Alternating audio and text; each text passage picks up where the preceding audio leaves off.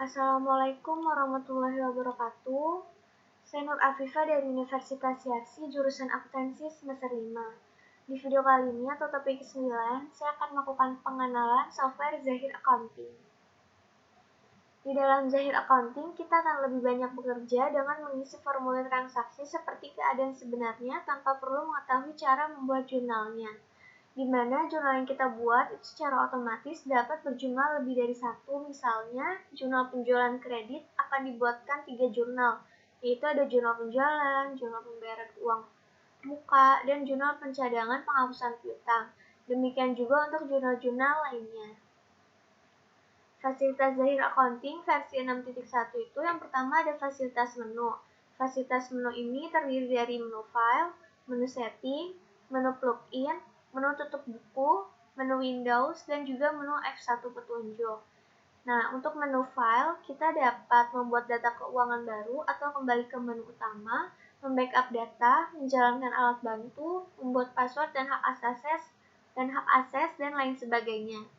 Kemudian melalui menu setting, kita dapat men-setup klasifikasi rekening perkiraan, mengisi saldo awal rekening perkiraan, mengisi saldo awal piutang dan hutang usaha, saldo awal persediaan, mengatur bahasa, mengatur konfigurasi point of sales, dan juga mengatur konfigurasi program. Kemudian menu tutup buku, ini kita dapat melakukan proses tutup buku akhir bulan dan juga tutup buku akhir tahun. Nah, melalui menu Windows, kita dapat menutup semua jendela atau form yang terbuka, menampilkan atau menyembunyikan panel samping. Kita juga dapat menampilkan panduan penggunaan program, video training, mendownload update terbaru, mengirim email kritik dan saran, serta pertanyaan kepada pihak PT Zahir Internasional, dan melakukan registrasi program pada menu petunjuk. Kemudian yang kedua ada fasilitas modul, itu terdiri dari dashboard, data-data, buku besar, penjualan, pembelian, kas dan bank, persediaan, dan laporan. Untuk modul dashboard itu digunakan untuk melihat tampilan grafik, itu diantaranya neraca atau laba rugi, analisis rasio keuangan, dan juga reminder piutang atau hutang yang sudah jatuh tempo. Kemudian modul data-data itu digunakan untuk membuat data master di suatu data kerja di Zahir Accounting. Kemudian modul buku besar digunakan untuk melakukan transaksi jurnal umum, membuat daftar akun, membuat buku besar per akun. Kemudian ada modul penjualan. Di dalam modul penjualan ini ada beberapa fasilitas, yaitu ada jurnal penjualan, jurnal pembayaran piutang usaha, jurnal pengembalian kelebihan pembayaran piutang usaha, dan juga jurnal penghapusan piutang usaha. Terus yang kelima ini ada modul pembelian. Nah, modul pembelian ini fasilitasnya itu ada jurnal pembelian, jurnal pembayaran hutang usaha, jurnal penerimaan kelebihan pembayaran hutang usaha, dan jurnal penghapusan hutang usaha. Selanjutnya ada modul kas dan bank. Modul ini digunakan untuk mencatat segala transaksi yang terjadi akibat dari kegiatan operasional perusahaan. Nah, beberapa fasilitasnya itu ada transfer kas masuk, kas keluar, rekonsiliasi bank. Kemudian ada modul persediaan. Beberapa fasilitas yang ada di modul persediaan itu ada jurnal penyusunan persediaan, jurnal pemindahan barang, stock of name, penentuan harga jual. Dan ada laporan di Zahir Accounting itu tersedia dalam ratusan bentuk, tidak hanya laporan keuangan yang utama, tapi juga laporan yang berhubungan dengan manajemen, terutama laporan grafik, analisis rasio, dan laporan lainnya. Kemudian ada modul search. Nah, fasilitas ini berguna untuk tracking atau pencarian data yang diketik dan melakukan pencarian kepada seluruh database data kerja dari mulai data master sampai ke transaksi. Nah, untuk penyusunan laporan keuangan perusahaan dagang itu masih sama seperti yang dibuat di Excel. Itu ada jurnal umum, kemudian diposting ke buku besar, kemudian dibuat buku besar pembantu, kemudian dibuat neraca saldo, dilakukanlah jurnal penyesuaian, kemudian dibuat ke neraca lajur. Nah, ini informasi perusahaan yang akan kita input ke dalam aplikasi Zahir Accounting. Langsung aja saya buka aplikasinya. Nah, tampilannya seperti ini. Jadi kita pertama, untuk masukin informasi perusahaan, kita klik membuat data baru. Kita klik. Nah, ini akan muncul seperti ini. Ini kita bisa masukin sesuai datanya. Ini saya masukin sesuai yang disediakan. PT sumber rezeki.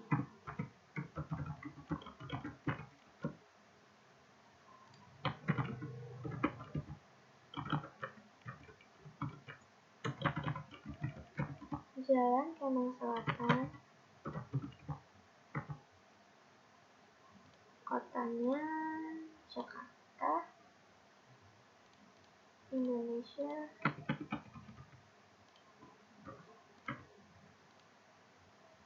Email ini saya menggunakan email pribadi saya.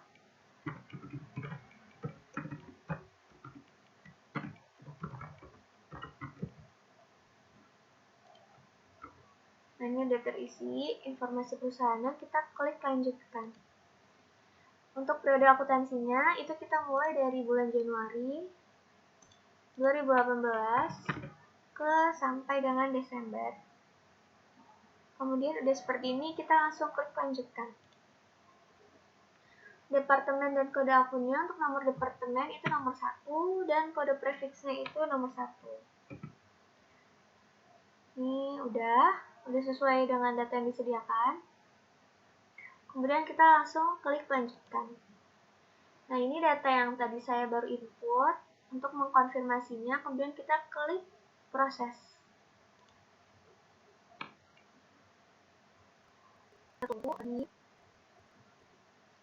Nah, ini muncul jenis usahanya. Dipilih sesuai dengan jenis perusahaan. Nah, untuk PT Sumber Rezeki ini perdagangan umum. Ini udah sesuai, langsung kita klik lanjutkan. Anda telah memilih bidang usaha perdagangan umum. Lanjutkan proses, kita klik ya.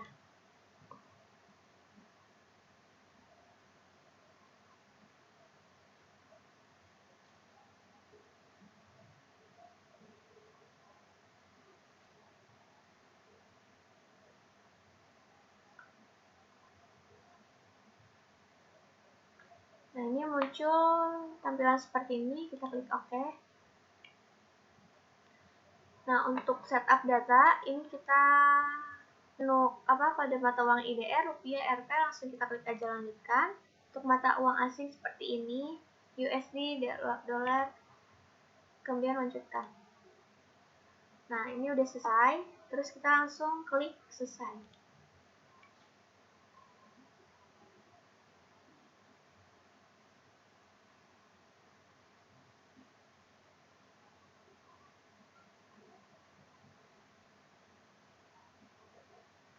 Nah, ini muncul tampilan menu utamanya setelah kita menginput daftar informasi perusahaan.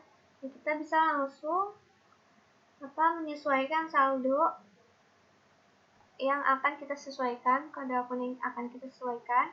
Jadi kita ke modul yang data-data ini, kemudian kita klik data rekening. Nah, kemudian kita pilih switch mode. Nah, ini kita bisa lihat ke PT. Kita udah masukin informasi-informasi perusahaannya, kemudian tampilan menu utamanya sudah. Nah, ini kita hanya akan menyesuaikan ke 5 akun ini. Kita awalnya seperti ini, kemudian kita sesuaikan seperti ini. Nah, langsung aja kita ubah. Yang pertama itu ada piutang usaha, kita ganti jadi piutang dagang. Jadi kita klik kanan, kemudian edit. Oke. Ini kita ganti. Dan rekam. Kemudian yang kedua itu persediaan 1. Kita ubah dengan persediaan barang dagang. Persediaan 1 kita ubah dengan persediaan barang dagang. Kemudian klik rekam. Kemudian selanjutnya utang usaha.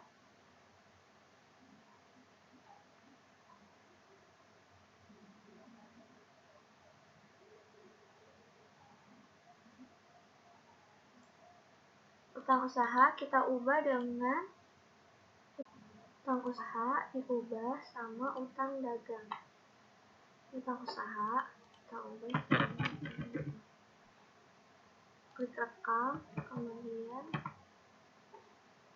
penjualan produk 1 diubah sama penjualan barang dagang. Penjualan produk 1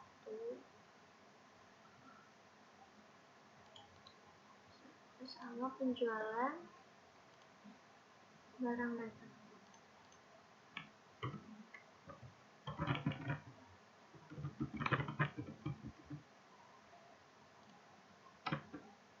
Dan HPP 1 diubah sama harga pokok penjualan. HPP 1 ini maksudnya biaya 1 ya, jadi biaya 1 diubah sama harga pokok penjualan.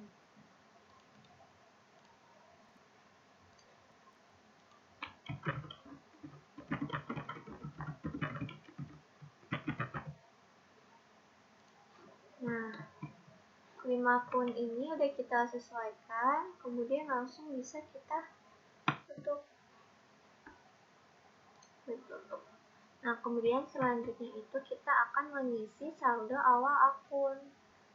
Nah, ini kita akan isi ke dalam aplikasi Zahir Accounting sesuai dengan neraca periode 1 Januari 2018. Langsung aja kita ke menu setting, terus kita ke saldo awal, kita pilih saldo awal akun. Nah, ini kita bisa langsung isi. Yang pertama itu kas 3.500.000. Kas 3.500.000.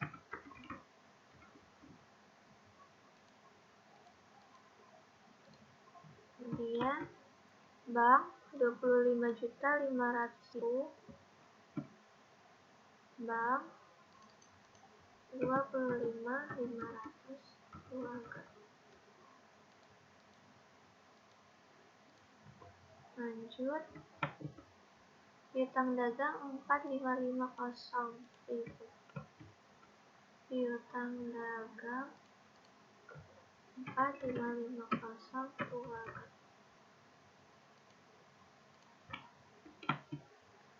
Kemudian persediaan barang dagang 13.815.000. Persediaan barang dagang apa tadi? 13.815.000. Asuransi dibayar di muka 2.300.000. 2.300.000.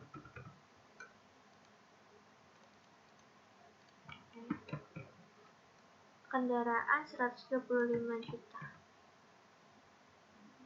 Kendaraan 125 keluarga. Kemudian akumulasi penyusutan kendaraan dikurang ya, berarti minus 12.500 keluarga. Kemudian ke utang dagang 16.875. Utang dagang berapa tadi? 16.875. Kemudian utang gaji 2115. Utang gaji 2115.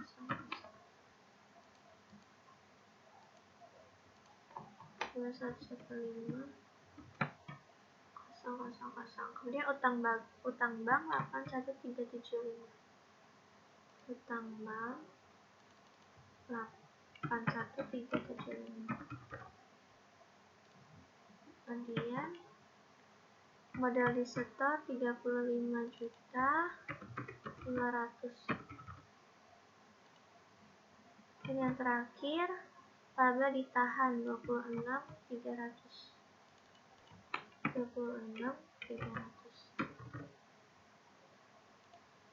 Nah, udah.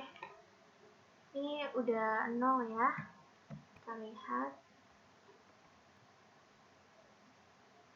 Nah, jadi Pastiin nilai historicalnya itu balance-nya itu nilainya sebesar 0. Ini kan udah ya, udah besar 0. Berarti saldo awal yang kita masukin itu udah sesuai. Kalau misalkan belum 0, maka penginputan saldo awal akun itu masih belum tepat, jadi kita harus koreksi ulang.